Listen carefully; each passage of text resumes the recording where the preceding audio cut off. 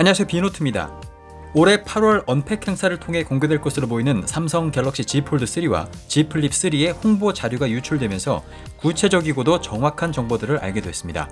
홍보 영상의 일부를 사진으로 찍은 것으로 보이는 이번 유출 자료를 함께 보면서 알아낼 수 있는 모든 것들을 살펴보겠습니다. 먼저 Z 폴드 3부터 보시죠. 그동안 갤럭시 Z 폴드 3의 카메라 디자인은 갤럭시 S21을 닮았을 것이다 라는 예측이 많았었죠.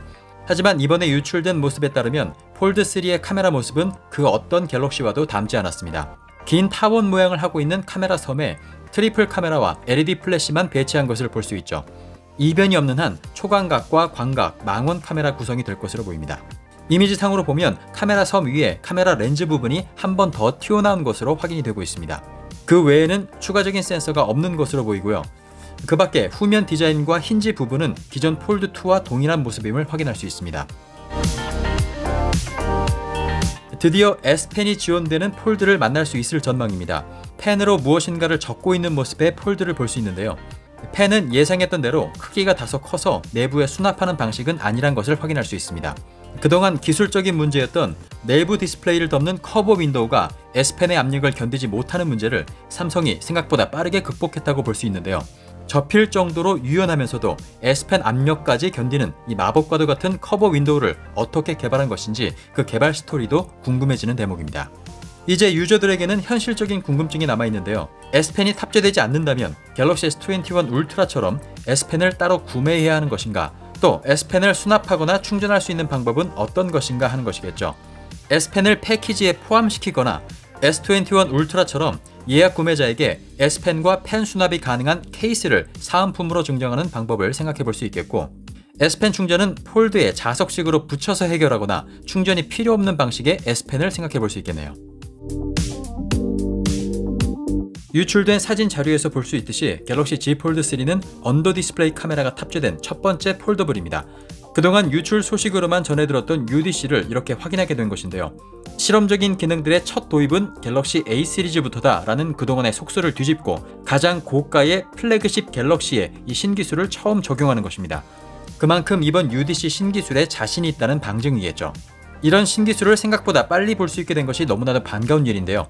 여기서 우리가 눈여겨봐야 할 것은 얼마나 완성도 있는 언더 디스플레이 카메라를 실현했는가와 또 언더 디스플레이 카메라의 화질을 어느 정도 보장할까 하는 점입니다. 공교롭게도 이 둘은 반비례 관계이기도 하죠. 디스플레이에 미세한 구멍을 많이 뚫어서 디스플레이 안쪽 카메라로 빛을 전달하는 UDC 구조상 카메라 화질을 끌어올리려면 구멍이 더 많아지거나 커져야 하기 때문에 디스플레이가 어색해지는 문제가 있고, 반대로 디스플레이를 자연스럽게 하면 할수록 카메라 화질이 더 안 좋아지는 이 딜레마가 있습니다. 그동안 이 부분 때문에 여러 기업들이 UDC 상용화에 어려움을 겪었던 만큼 삼성이 기술적으로 이 딜레마를 어떻게 극복했을지 삼성의 기술력에 주목할 수밖에 없는 부분입니다. 지난 폴드2의 경우에는 내부 디스플레이에는 120Hz의 고주사율이 들어갔지만 외부 디스플레이에는 60Hz 디스플레이가 탑재되면서 외부 화면 사용 비율이 높은 유저들은 다소 아쉽게 느꼈었는데요. 이번 유출 자료를 통해서 내부 화면과 외부 화면 모두 120Hz를 지원할 것이라는 것이 확인됐습니다. 120Hz 주사율은 60Hz에 비해서 전력 소모가 많은 것이 특징이지만 오히려 이번 폴드3의 배터리는 폴드2보다 100mAh 적은 4400mAh라고 알려져 있습니다. 따라서 외부 디스플레이는 전력 소비가 적은 삼성의 LTPO 방식의 아몰레드 디스플레이가 탑재될 것임을 예상해 볼 수 있겠습니다. 전체적인 디자인 컨셉은 동일해 보이지만 측면 부분이 더 직각에 가까워지면서 평평해진 것을 볼 수 있습니다. 다만 모서리 부분의 곡선 모양은 그대로 유지하고 있는 것을 알 수 있죠. 색상은 화이트와 블랙, 또 그린 이 세 가지가 확인되고 있고요. 전 후면 모두 고릴라 글래스 빅터스를 채용해서 스크래치와 내구성에도 신경을 썼다는 것을 알 수 있습니다. 네, 지금부터는 Z 플립 3에 대해서 알아보겠습니다. Z 플립이 처음 출시될 당시 두 가지 색상에 그쳤던 것에 비해서 이번에는 4가지 이상의 색상을 선보이고 있습니다.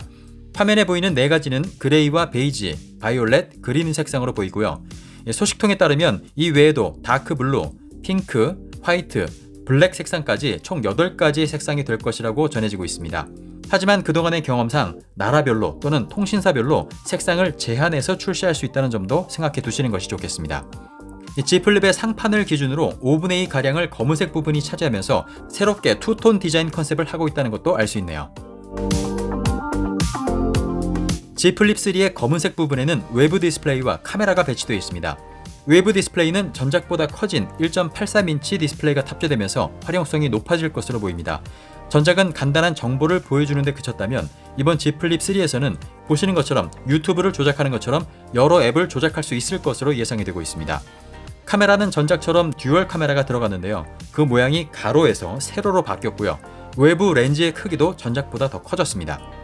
LED 플래시는 그 위쪽으로 배치를 해놨네요.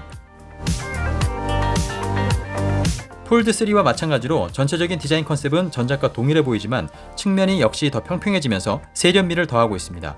전 후면 모두 고릴라 글래스 빅터스를 채용했다는 것도 폴드3와 같은 점이네요. 네, 이번 홍보 유출 자료에서도 폴드3와 플립3를 동시에 보여줌으로써 이 두 기기가 동시에 공개될 것임을 다시 한번 확인시켜주고 있습니다. 갤럭시 폴더블 기기들의 기술 발전 속도가 놀랍도록 빠른 것을 알 수 있는데요. 삼성이 폴더블 스마트폰을 독보적인 프리미엄 브랜드로 만들어서 세계 시장에서 차별화를 노리고 있는 만큼 실제 품질과 사용성에서까지 독보적인 프리미엄 퀄리티를 보여줄지 기대를 가지고 계속 지켜보겠습니다. 네, 그럼 저는 다음에 다른 영상을 가지고 다시 찾아오겠습니다. 거산 비넛, 비넛이었습니다.